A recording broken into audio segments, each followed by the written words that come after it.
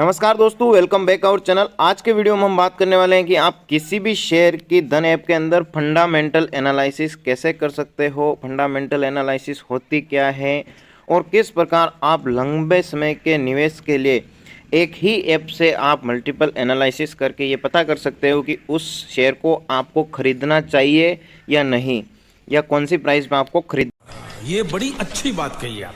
ना चाहिए, है ना। काफ़ी इंटरेस्टिंग का वीडियो होने वाला है। बहुत सारे मेंबर्स के क्वेश्चन थे और ये वीडियो आपको बहुत ज़्यादा काम आने वाला है, क्योंकि मेन चीज़ यही होती है कि किसी भी कंपनी को अगर आप इन्वेस्टमेंट के पर्पज़ से खरीद रहे हो तो उसकी एक फंडामेंटल एनालिसिस करो।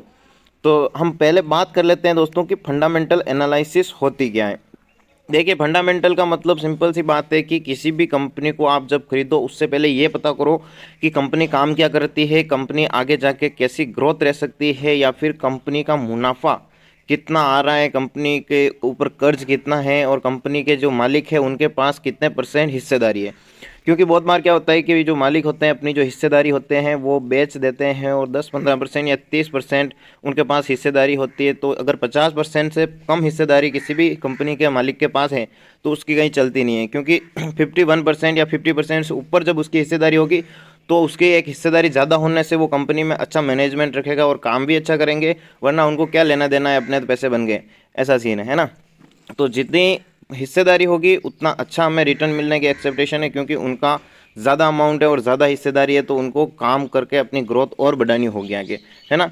तो आप यहाँ पे देख लीजिए, सिंपल सी बात है। फंडामेंटल्स का इतना है कि कंपनी के जो प्रॉफिट लॉस होते हैं उसका पता करना, कंपनी घाटे में तो नहीं है और कंपनी कितना प्रॉफिट बना रही है, और शेयर की अभी जो प्राइस है वो हमें सही प्राइस पे मिल रहा है कि नहीं मिल रहा है। क्योंकि बहुत बार क्या होता है कि बहुत से ऐसे होते हैं जो शेयर को खरीद तो लेते हैं बट उनके खरीदने के बाद शेयर नीचे आ जाता है, जब वो बेच देते हैं तो ऊपर चला जाता है। तो ऐसा भी क्यों होता है ना। ऐसा इसीलिए होता है कि शेयर की एक्चुअल सही वैल्यू पे उसको खरीदते हैं तो हमें अच्छा प्रॉफिट आगे जाके हो सकता है। अगर हम शेयर को बहुत ही ज़्यादा ओवर वैल्यूड स्थिति पे खरीदते हैं तो लोग, हम जब एंटर करते हैं तब दूसरे लोग प्रॉफिट बुक करना स्टार्ट करते हैं और इसी वजह से वो शेयर गिर जाता है ना।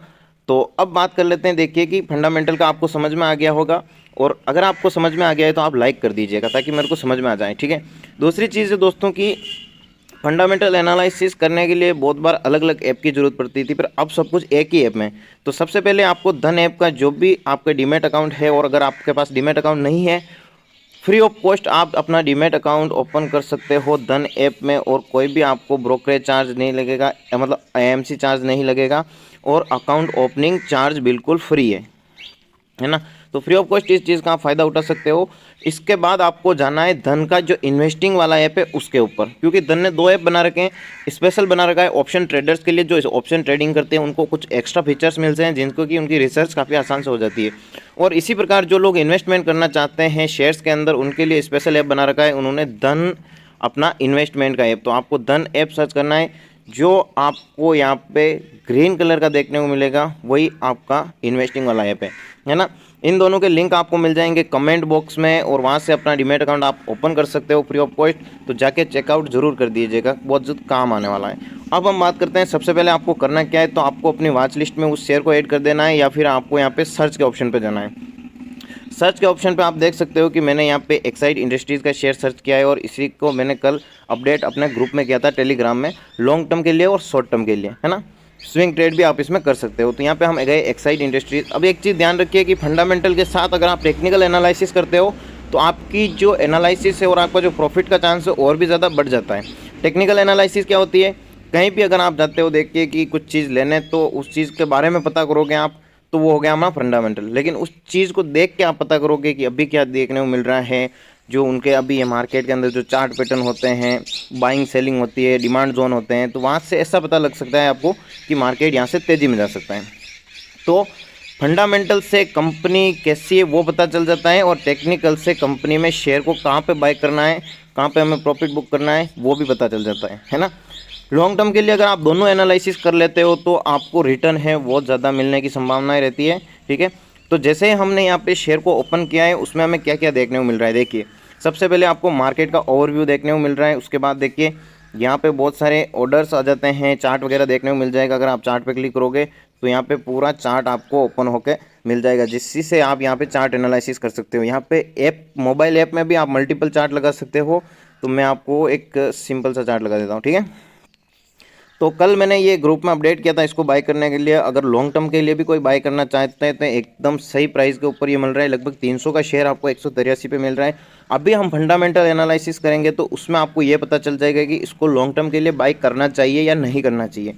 तो सबसे पहले बात कर लेते हैं एक्साइड इंडस्ट्रीज़ करती क्या है। तो एक्साइड इंडस्ट्रीज़ हैं वो बैटरी मैन्युफैक्चरिंग कंपनी है ना। लिथियम आयन की जो बैटरियाँ होती हैं वो बनाती है। कब से ये कंपनी चल रही है और काफ़ी अच्छी इसकी मार्केट में पहचान भी है।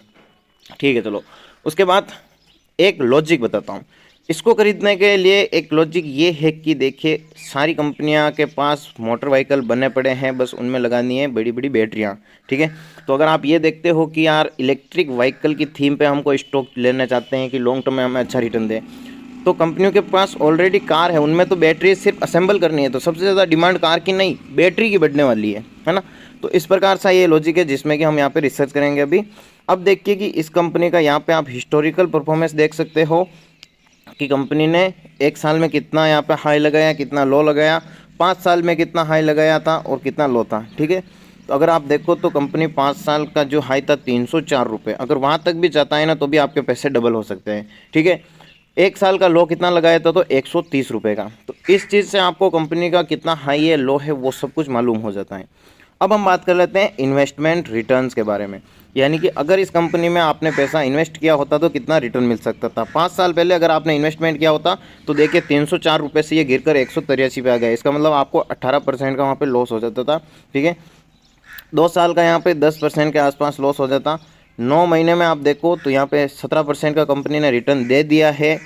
6 महीने में कंपनी 20% का रिटर्न दे चुकी है। 3 महीने में कंपनी ने 17% का रिटर्न दिया है। और 1 महीने में कंपनी एक ही जगह पे है तो 3-4% कंसोलिडेशन कर रही है, तो वहाँ पे ऊपर नीचे हो रहा है। ठीक है, तो अब इसमें इस रिटर्न को देख के आपको क्या समझ में आ रहा है? क्या आपको इसको बाय करना चाहिए, क्या आपको इसको अभी नहीं खरीदना चाहिए? मेरे ख्याल से आप देखो तो इसको अभी सही वक्त है खरीदने का। क्यों? बहुत से लोग ऐसे देखते हैं जो कंपनी 100% 200% रिटर्न दे चुकी है और कंपनियां बहुत ही ज़्यादा रनअप कर चुकी है, ऐसी कंपनी में जाके अपना पैसा लगा देते हैं और वहाँ से वो कंपनियों में प्रॉफिट बुकिंग स्टार्ट हो जाती है। तो ये तो हमारे लिए अच्छी बात है कि कंपनी ने इतने दिन परफॉर्म नहीं किया है। इसका सेम मैं आगे और लॉजिक बताऊंगा, कंपनी ने परफॉर्म क्यों नहीं किया है और कंपनी अब कैसा परफॉर्म कर रही है। ये 20-30% का जो रिटर्न देख रहे हो इसके पीछे का आपको पता चलेगा। उसके बाद देखिए आपको यहाँ पे लाइव का ऑप्शन मिलता है, टेक्निकल्स मिल जाते हैं और मार्जिन कितना मिलेगा, और यहाँ पे ये बहुत सारे ऑप्शन है तो एक बार लाइव देख लो।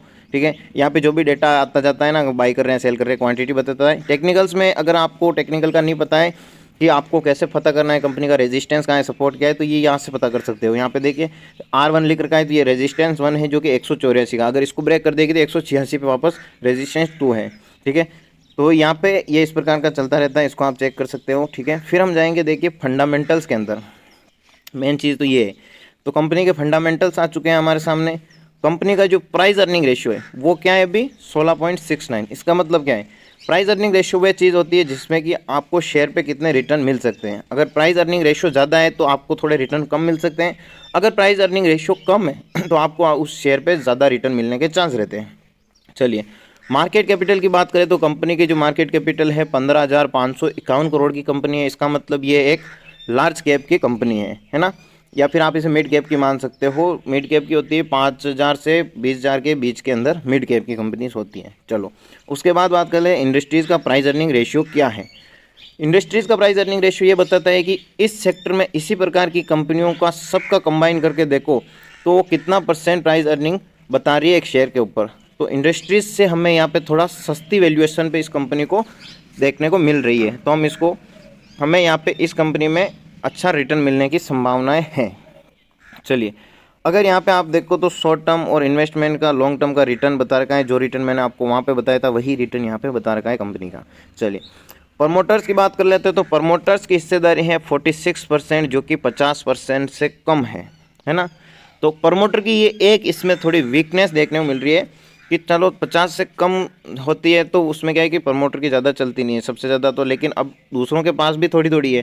ठीक है, किसी एक बंदे के पास तो है ही नहीं, 51 है, तो सबसे ज़्यादा है अभी के टाइम में वो प्रमोटर्स के पास ही है। 2 चीज़ याद रखिएगा, दूसरों के पास अगर किसी के पास ज़्यादा है तो उसकी चलेगी है ना, लेकिन इनके पास भी 46% से कम है तो थोड़ी बहुत अपने प्रमोटर के वापस बनी बनाई रख रखी है।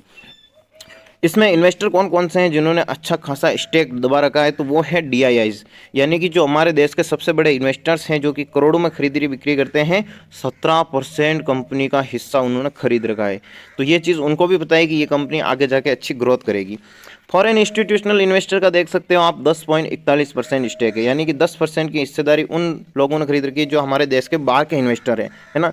तो उनको भी थोड़ा बहुत इस कंपनी की फंडामेंटल अच्छी लगी होगी, इसीलिए उन्होंने बाय किए हैं। अदर्स की बात करें तो अदर्स के अंदर आते हैं बहुत सारे म्यूचुअल फंड्स, ठीक है, म्यूचुअल फंड और रिटेल इन्वेस्टर्स, ये सब कुछ आते हैं। तो इनकी जो हिस्सेदारी है वो 24% के आसपास है। चलिए, तो इससे हमें क्या पता चला है, इससे हमें यह पता चला है कि भैया कंपनी के अंदर कौन कौन से इन्वेस्टर हैं और कितने कितने परसेंट उनके पास स्टेक है। उसके बाद आते हैं इनकम का स्टेटमेंट आ जाता है आपको। इनकम का स्टेटमेंट हमें क्या बताता है कि कंपनी की इनकम कितनी हो रही है हर साल और कंपनी का जो खर्चा है वो कितना है ना। तो यहाँ पे देखिए रेवेन्यू बता रखा है, तो 2021 में जो कंपनी का रेवेन्यू था वो था 10,359 करोड़ रुपए। वहाँ से बढ़कर कंपनी का 2022 के अंदर रेवेन्यू हुआ 12,789 करोड़ रुपए। इसका मतलब ये है कि रेवेन्यू बढ़ा है। और एक्सपेंडिचर करें जो कंपनी के हर चीज़ को मैन्युफैक्चरिंग करने में, हर चीज़ का जो भी खर्चा लगता है, तो वो यहाँ में एक्सपेंडिचर देखने को मिल रहा है, तो उसमें भी थोड़ी बढ़ोतरी हुई है। ऑपरेटिंग प्रॉफिट, ठीक है, तो जो प्रॉफिट है इनका वो थोड़ा यहाँ पे कम हुआ है। पहले 14 रुपये के आसपास था, ठीक है, अब वो 11 रुपये के आसपास हुआ है। तो इससे क्या है कि 2-3 रुपये का इनको जो प्रॉफिट होता था उसमें थोड़ी कमी आई है। चलिए एबिटा की बात कर लेते हो, अर्निंग बिफोर जो भी हमारा टैक्स लगता है उससे पहले की इनकी जो अर्निंग होती है उसको काट उठा के देखते हैं। तो 523 करोड़ रुपए एबिटा था, वो एबिटा बढ़कर 4,163 चला गया। ये ठीक बात है। चलो टैक्स कितना देती है कंपनी, तो 264 करोड़ का यहाँ पे टैक्स है। उसके बाद 267 करोड़ रुपये इस साल कंपनी ने टैक्स दिया है। अगर हम कंपनी की नेट इनकम देखें तो 2021 के अंदर कंपनी की जो इनकम थी वो 10,0491 करोड़ थी। वो बढ़कर अब क्या हो चुकी है, वो बढ़कर अब हो चुकी है 16,783 करोड़। इसका मतलब कंपनी 50% अपनी इनकम को बढ़ा दिया है, ठीक है। ये आपको समझ में आ गया। उसके बाद क्या बात करेंगे, अब हम बात करने वाले हैं बैलेंस शीट के बारे में। अब बैलेंस शीट क्या होती है, बैलेंस शीट हमें ये बताती है कि कंपनी के ऊपर कितना कर्ज है, कितनी खरीद मतलब दे किसी को पैसे देने हैं, कितने लिए हैं, तो वो सब कुछ बता देती है। तो यहाँ पे देखिए कंपनी के पास शेयर कैपिटल कितना है, तो वो 85 सेम शेयर कैपिटल है जो कि करोड़ों में है, ठीक है। यहाँ पे CR लिख रखा है आगे, ये चीज़ आपको ध्यान में रखनी है, ठीक है। करंट लाइबिलिटीज़ क्या है कंपनी के अंदर, तो अभी तो कोई देनदारी है नहीं। 2021 के अंदर कंपनी की कर्ज था, वो कर्ज अभी बिल्कुल कर्ज फ्री हो चुकी है। ये हमारे लिए और भी पॉजिटिव चीज़ है, क्योंकि कंपनी ने अपना जो कर्जा था वो चुका दिया है। तो ये कंपनी की और भी ज़्यादा ग्रोथ में काम आने वाला है, क्योंकि उनको इंटरेस्ट रेट नहीं देना पड़ता है, ठीक है। अदर लाइबिलिटीज़ की बात करें तो देखो कंपनी को बहुत से लोगों को पैसे देने होते हैं, लेने होते हैं, वो सब कुछ आता है। तो अदर लाइबिलिटीज़ जो 1476 करोड़ रुपए थी वो घटकर 76 करोड़ ही रह गई है। इसका मतलब कंपनी ने तो बहुत अच्छी ग्रोथ की है यहाँ पे। फंडामेंटल देखिए आप, ठीक है, काफ़ी अच्छे लग रहे हैं ये, ठीक है। टोटल लाइबिलिटीज़ कितनी है, ठीक है, तो ये है हमारी टोटल लाइबिलिटीज़ के मतलब कुछ देनदारी और बाकी हो सकती है उसके बारे में। तो 4,805 करोड़ रुपए में से अभी 2,690 करोड़ रुपए पेंडिंग रहे हैं जिनको की देनदारी इनकी। चलो आधे हो चुके हैं, ये भी एक पॉजिटिव है। अब एसेट क्या है कंपनी के पास, देखिए एसेट वो चीज़ होती है जिसमें कि कंपनी को पैसा बनाने का मौका मिलता है, और जो भी चीज़ आपको पैसा बना के देती है वो एसेट होती है। तो कंपनी के पास ऐसी चीज़ें जो पैसा बना के दे रही है वो कंपनी की एसेट हुई है। तो एसेट में यहाँ पे देखिए थोड़ी कमी देखने को मिल रही है। करंट एसेट कितनी है, तो 2021 में जो थी उससे बढ़कर अभी 1784 हुई है। अदर एसेट कितनी है जहाँ से कंपनी मुनाफा कमाती है, तो पहले 23,881 करोड़ के अदर एसेट से पैसा कमाती थी, अब 11,220 की कमा रही है, ठीक है। अगर टोटल एसेट आप देख सकते हो करोड़ में, तो यहाँ पे एसेट 174.91 करोड़ की यहाँ पे है इनके पास, ठीक है। कैश फ्लो रेशियो क्या होता है, तो कंपनी का कहाँ पे इन्वेस्ट कर रखा है या फिर कंपनी ने कहाँ से पैसा फाइनेंशिंग एक्टिविटी द्वारा ले रखा है, कंपनी को ऑपरेटिंग जो भी एक्टिविटीज़ करती है उन पर कितना खर्चा होता है, तो वो सब कुछ यहाँ पे आपको देखने को मिल जाता है, ठीक है। तो ये भी आप यहीं से चेक कर सकते हो, ठीक है। उसके बाद हम बात करते हैं रेवेन्यू एंड प्रॉफिट ट्रेंड के बारे में। चलिए ये आपको अच्छा समझ में आ जाएगा। 2018 के अंदर कंपनी का कुछ प्रॉफिट दिखाई नहीं दे रहा है, 2019 में कंपनी का कुछ प्रॉफिट था, मार्च के अंदर ना तो कंपनी का कुछ रेवेन्यू हुआ ना प्रॉफिट हुआ, और 2021 में कंपनी को लॉस हुआ। क्यों हुआ वो आपको सबको पता है, ठीक है। लेकिन इन 4 सालों में जो कंपनी ने गिरावट देखी है उस गिरावट का नतीजा आपको सिर्फ 1 साल में देखने को मिला है। जो 4 सालों में कंपनी पैसा नहीं बना सकी, वो कंपनी 1 साल में और 4 सालों की भरपाई कर दी है। अब बताइए, है तगड़ी चीज़ नहीं है? इसका मतलब क्या है? इसका मतलब ये है कि कंपनी में ग्रोथ तो अभी स्टार्ट हुई है ना। तो इसमें आपको एक अच्छा मौका मिल सकता है अगर आप अपने पैसे सही प्राइस पे लगा दो तो, ठीक है। तो देखिए यहाँ पे सब कुछ हमें फंडामेंटल देखने को मिल रहा है कि यार कंपनी पहले कुछ नहीं बना रही थी, अब कुछ बना रही है। इसका मतलब आगे जाके और भी बनाएगी, क्योंकि लॉस से प्रॉफिट में आ चुकी है। 4-5 साल तो कंपनी ने कुछ परफॉर्म किया नहीं है। उसके बाद अगर आप मोर के ऑप्शन पे करते हो तो वही आपको देखने को मिल जाता है कंपनी ने कितनी ग्रोथ की है।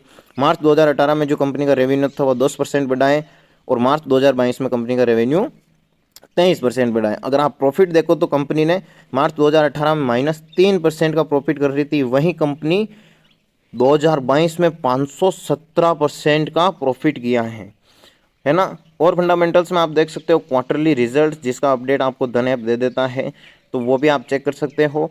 और इस प्रकार से फंडामेंटल एनालिसिस करके आप यहाँ पे ये आराम से पता कर सकते हो। उसके बाद देखिए इंडस्ट्रीज़ कौन सी है ना। इंडस्ट्रीज देखिए, सेक्टर है ऑटो, सब सेक्टर बैटरीज बनाने का काम करती है, बहुत सारे ऑटो पार्ट्स भी बनाती है। क्लासिफिकेशन है मिड कैप का स्टॉक। मिड कैप का स्टॉक में आपको ना तो ज़्यादा रिस्क होती है, ना ज़्यादा वो देखने को मिलती है। मतलब एक मिड कैप जहाँ पे रिटर्न के चांस भी ज़्यादा है और थोड़ी रिस्क मॉडरेट होती है। लार्ज कैप में रिटर्न कम होता है, रिस्क बिल्कुल मतलब न के बराबर होती है। स्मॉल कैप में रिस्क ज़्यादा, रिटर्न ज़्यादा, ये चीज़ ध्यान रखिएगा। तो इस प्रकार आप धन ऐप से आराम से जो भी आपकी एनालिसिस है, फंडामेंटल एनालिसिस आप कर सकते हो, और उस कंपनी में शेयर को खरीदना चाहिए नहीं खरीदना चाहिए वो आप यहाँ से पता लगा सकते हो। उसके बाद देखिए आपको यहाँ पे न्यूज़ का ऑप्शन मिल जाता है। न्यूज़ में क्या होगा, न्यूज़ में जैसे ही आप क्लिक करोगे तो यहाँ पे कंपनी से जो भी न्यूज़ है, रिजल्ट्स हैं, वो सब कुछ आ जाते हैं। कंपनी की इंपॉर्टेंट न्यूज़ होती है, कंपनी क्या बेचा है, क्या खरीदा है, सब कुछ बता देता है। तो इससे भी आपको पता चल जाएगा, है ना। मार्केट में 9:07 हो चुके हैं, मार्केट ओपन होने वाला है। और दूसरी चीज़ आपको बता दूं मैं, अब इस चीज़ को आपको खरीद कैसे सकते हो। तो खरीदने के लिए आपको बाई के ऑप्शन पे जाना है, उसके बाद आपको इन्वेस्टिंग सेलेक्ट कर देना है, और यहाँ से आप जितने शेयर चाहो उतने शेयर आप खरीद सकते हो सिर्फ बाई पे क्लिक करके, है ना। तो इस प्रकार आप फंडामेंटल एनालिसिस कर सकते हो, शेयर खरीद सकते हो। धन ऐप का जो लिंक है आपको डीमैट अकाउंट ओपन करने के लिए, वो आपको कमेंट बॉक्स में मिल जाएगा और आपको डिस्क्रिप्शन के अंदर मिल जाएगा। आप अगर ऑप्शन ट्रेडिंग करना चाहते हो, ऑप्शन ट्रेडर हो, तो धन ऐप का वो ऐप ले सकते हो, ऑप्शन ट्रेडिंग में ओपन कर सकते हो, उस ऐप का फ़ायदा उठा सकते हो। इन्वेस्टमेंट करना चाहते हो तो भी आप इस ऐप में ओपन कर सकते हो। डीमैट अकाउंट आपका एक ही होगा, लेकिन आप दोनों ऐप यूज़ कर सकते हो। ऐप में कुछ फ़र्क नहीं है, बस फ़र्क इतना है, ट्रेडर है वो ऑप्शन के अंदर ट्रेडिंग करते हैं तो उनको कुछ एक्स्ट्रा फीचर्स मिलते हैं। इसके अंदर भी ऑप्शन ट्रेडिंग कर सकते हो, उसके अंदर भी कर सकते हो, पर जो एनालिसिस होती है उसमें थोड़ा डेटा उसके लिए ज़्यादा है, इसमें थोड़े फंडामेंटल्स के डेटा ज़्यादा है। सिंपल सी इतना फ़र्क है, ठीक है। इसी तरह की जानकारी के लिए दोस्तों हमारे चैनल को लाइक शेयर सब्सक्राइब जरूर कर दीजिएगा, और मिलते हैं हम नेक्स्ट वीडियो में। Thank you very much.